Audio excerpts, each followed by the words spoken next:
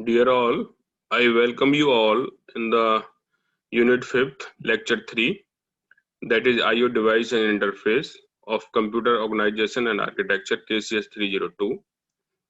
Let us start with the Lecture 3. In this lecture, we will discuss about various modes of IO data transfer.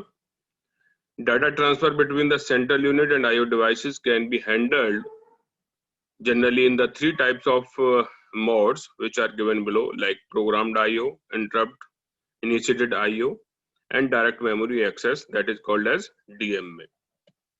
Here in programmed IO, whatever instructions we have provided for the IO operations, the result of these instructions are written here. In other words, whenever we are saying a programmed IO, means we have done the programming, we have encapsulated, we have just inserted the different instructions of input and output operations and the data transfer of these input and output devices. Here data we transfer from one whether from CPU to external device or vice versa, that is external device to the CPU. Whatever is sent are monitored by the CPU. So in other words, the CPU is every time watching, CPU is every time working on the data transfer from you can say CPU to external device or external device to the CPU. So we can say that the busy rate, the working rate of the CPU is maximum in programmed IO data transfers. This data transfer is done by instruction program. Once we have done the data transfer is monitored by CPU by using interfaces, else next time they could send data again. As far as programmed IO working is concerned, here this complete flow chart can give you the complete working, how the programmed IO data transfer occurs, or how we can send the information, we can transfer the data. Simply you can see by the note feature we can use. I'm taking here the spotlight. You can see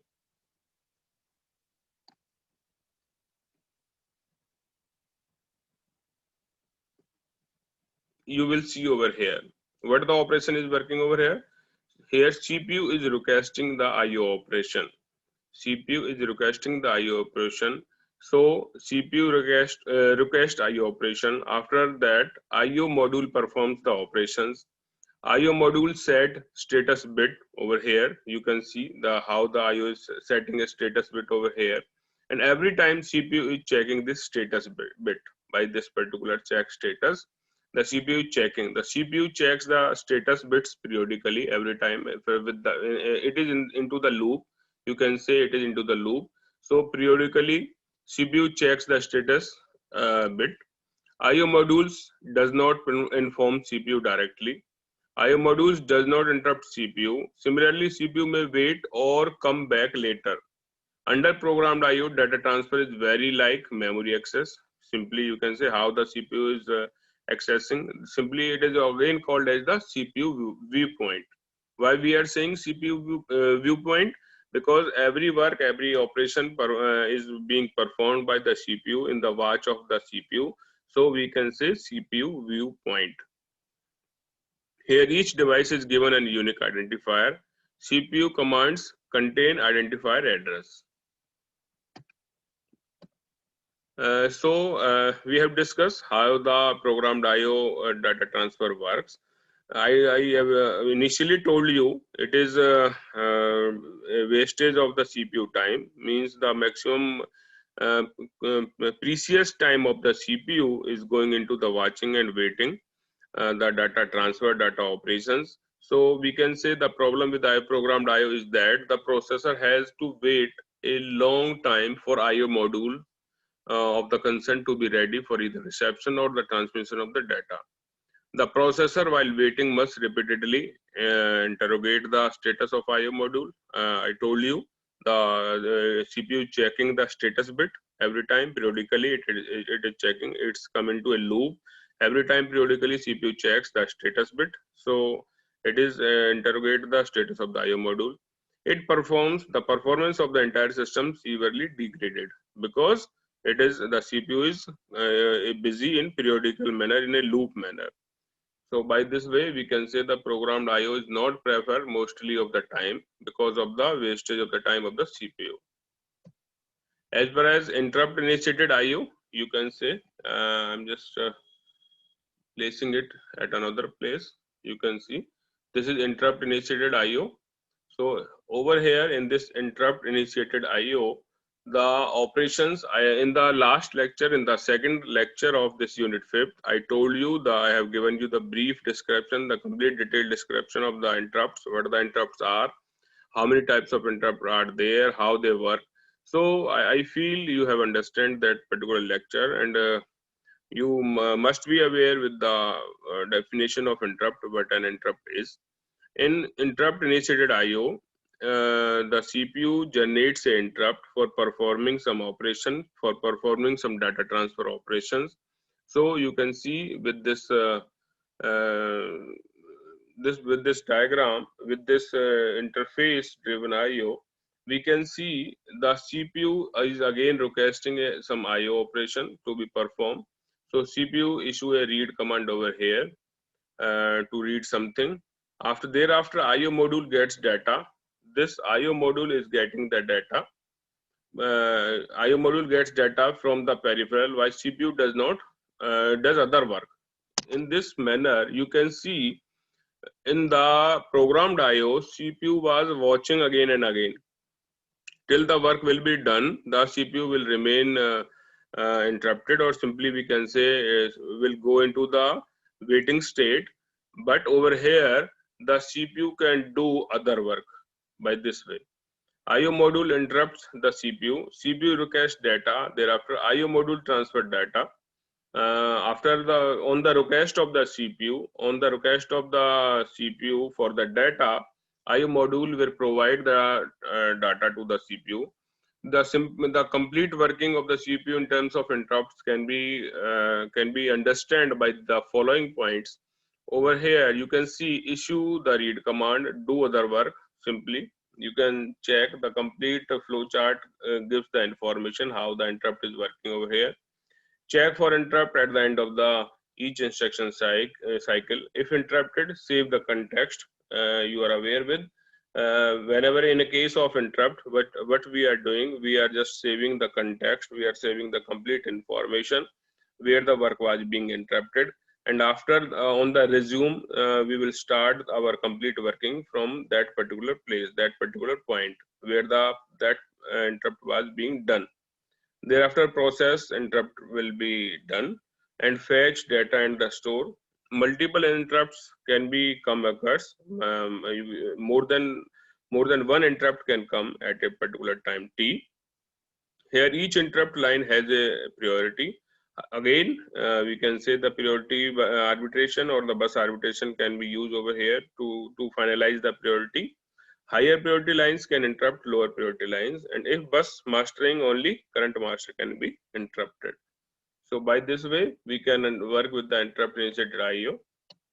As far as the last but not the least data transfer scheme is direct memory access, that is called as DMA. This is the third and the best method of transferring the data between the devices and the CPU. Over here, whatever data transfer, we do with the help of a memory bus, and data is transferred between CPU and external devices. It transfers data with the help of interface. As soon as it starts to supply, the interface collect the starting address, and it also collect the number of words, and they jump to the another word. DMA request for a memory cycle from the memory bus. As it granted by the memory unit, it directly transfer data to the memory with the help of the bus. Work faster than other modes. I will give you the complete working in another slide. This is the complete block diagram of the direct memory access. You can see the data count over here, data registers, address registers, and the control logic. With this control logic, you can understand the simple working. This is the request to the DMA. whenever a device, whenever a you can say input output device controller request for the DMA, it will send a request to the DMA signal. Thereafter, if it is being acknowledged, if it is in a ideal state, then it will give the acknowledgement. Acknowledgement will be given from the DMA. Interrupt will be generated at the same time, and the read operation or the write operation will be performed with the help of the DMA, that is direct memory access, with the help of data count, data registers, and address registers. So complete working is given in the next slide. This complete working can be understood over here. When the processor wishes to read or write a block of the data, it issue a command to the DMA module by sending to the DMA module the following informations in the sequence manner. Whether a read or write is requested using the read or write control line between the processor and the DMA module. The address of IO devices involved communicating on the data lines. The starting location in the memory to read from or write to communicated on the data lines and stored by the DMA module in its address register. The number of words to be read or written again communicated via the data lines and stored in the data count register. You will see you will found it tough, or you can say a not logical over here into this slide. But when I will come to the later part of to the next slide, you will find it very easy how the DMA is working. I will give you a brief and the analogy way how the DMA is working with the help of the diagram in the next slide. So this is again the points. I have a brief. I have written in the brief how it is working, and we will read this slide later. Let's go to the next slide. Then we will come to back to this slide. Over here, you can see the complete diagram how it works. This is the DMA uses of the system bus. How the DMA is using the system bus. You will see many maximum questions will be answered over here into this diagram. One of the question which is maximum of the time is called as or maybe asked in the question papers like cycle stealing. What do you understand by cycle stealing, or what are the cycle stealing status or state of a DMA? So you will understand the answer from over here. This is the cycle stealing state. This is the cycle stealing state, and this is the cycle stealing state. What it is, how will you define the stealing? Why we are saying it is cycle stealing? The answer is that the direct memory access is using the cycles which are being used by the CPU. Means the buses, the lines which are being used by CPU, which are being used by CPU for reading and writing, are being used by this 8237 DMA chip at what time, at what state? When the DMA is activated. When the DMA is working in the active state, on that time the lines of the CPU are being used by the DMA. So that particular time, that particular duration is called as cycle stealing of the CPU. So let us start with the working, how this direct memory works, direct memory access is working. Simply say, start from over here. Whenever a disk controller is asking some operation to be performed through the DMA, direct memory access, it will send a request. It will send a DMA request. This disk controller will send the DMA request to the DMA chip 8237. Now this will on request of this disk controller, this DMA will send a second request or the request to the hold request. Hold of what? Hold of these type of cycles. That is called as hold request. This DMA will send the hold request to the CPU. If CPU will provide the hold request, that is called as acknowledge, hold acknowledge. Now then on the sending of a hold acknowledge signal by the CPU, this DMA will be activated. The complete cycle, this complete area you can see is in the control of the DMA now. The complete circuitry of the system bus, memory bus, or you can say address bus are being disconnected from the CPU, and the control is of complete control is of the DMA now. Now DMA is working with the main memory and the disk controller, and that complete information will be transferred with this. You can say it is again maximum of the time it is called as a co-processor or DMA processor, and it is, you can say, a helping processor of the CPU, helping hand of the CPU. Why we are saying helping hand? Because it is helping the CPU in data transfer, data receiving between the disk controller and the main memory. How it is helping?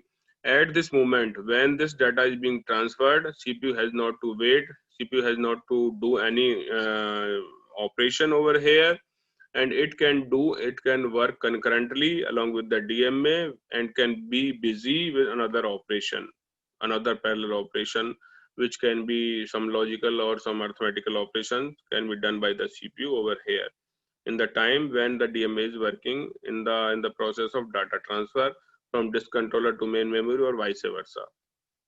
So this control, this control bus and this address bus and the same data bus will be synced with the DMA and will come in the control of the DMA, and this it will be disconnected with the CPU, and this particular state is called as the cycle stealing. This is called as the cycle stealing. So I hope you will understand how the DMA is working. So we can understand, we can read the another step-by-step information which were given into the previous slide. Let us start again how it is how a DMA works. You can simply see the peripheral device such as disk controller, as I told you, will request the service of DMA by pulling the D request, that is DMA request high. DMA will put a high on its HRQ, that is hold request signal. The CPU through its hold pin that it needs to use the buses. CPU will finish the present bus cycle and respond to the DMA request by putting high on its HDLA, that is hold acknowledge. It is providing the yes, it is providing the acknowledge that I am ready to give you to use your services. Thereafter DMA will activate DAC, that is DMA acknowledge, which tells the peripheral device that it will start to transfer the data. DMA starts to transfer the data from memory to peripheral by putting the address of the first byte of the block on the address bus and activating that is memory read, thereby reading the byte from the memory into the data bus. It then activates for writing to the peripheral. After the DMA has finished its job, it will deactivate the hold request signal, which was initially provided to the DMA, the CPU, that it can regain the control over its buses. Now, after DMA has finished its job, it will be deactivated. The hold request signal will be deactivated, and now the complete control will be regained by the CPU. The CPU that can regain its control over its buses. So I feel by looking into the diagram and by reading these type of instructions step by step working, you can understand how this DMA is working. As far as some channels are concerned, some IO channels, an extension of a DMA concept, are being given over here. There are two type of channels, that is selector channel and multiplexer channel. IO channel is an extension of the DMA concept. It has ability to execute IO instructions using special purpose processor on IO channels and complete control over the IO operation. Processor does not execute IO instruction itself. Processor initiate the IO transfer by instructioning the IO channels to execute a program in memory. Simply, what are these? These are some extensions over the DMA.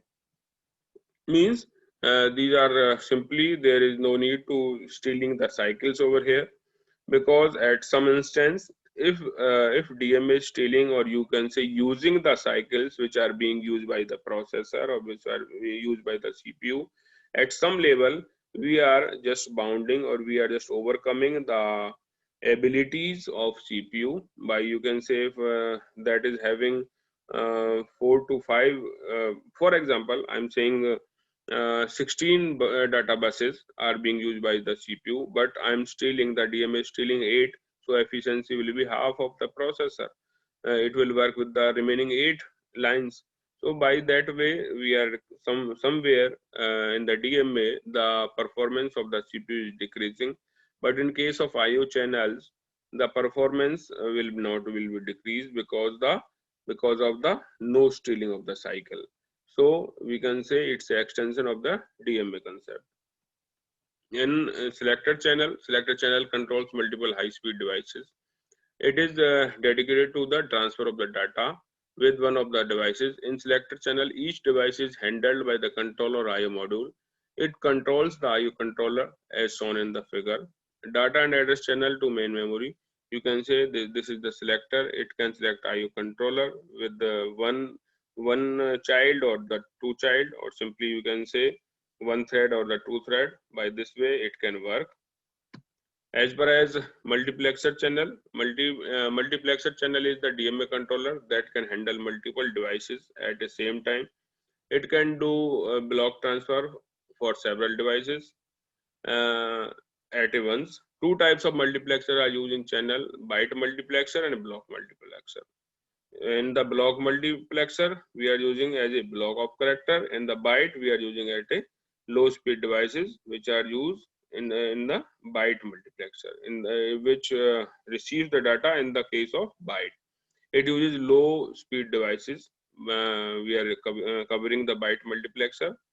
Byte multiplexer used for low speed devices. It transmits or accepts track characters, interleaves byte from several devices.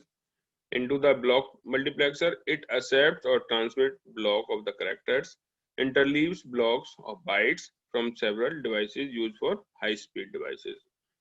You can see the figure over here, how the difference between the multiplexer and you can say byte multiplexer and the block multiplexer. Data and address channels to the main memory, control signal path to the CPU, and you can say how the IO controller is working with one device or two device, or one device or two device, with the help of the multiplexer channel. I hope you have understand how the data can be transferred. Data can be transferred with the programmed IO. Data can be transferred with the interrupt. Data can be transferred with the direct memory access, or data can be transferred with the multiplexers, or simply the channels. So I hope you will understand the different data transfer schemes between the memories or between the devices through the with the help of CPU. With this, I thank you for listening and learning the unit 5th and lecture 3. Thanks.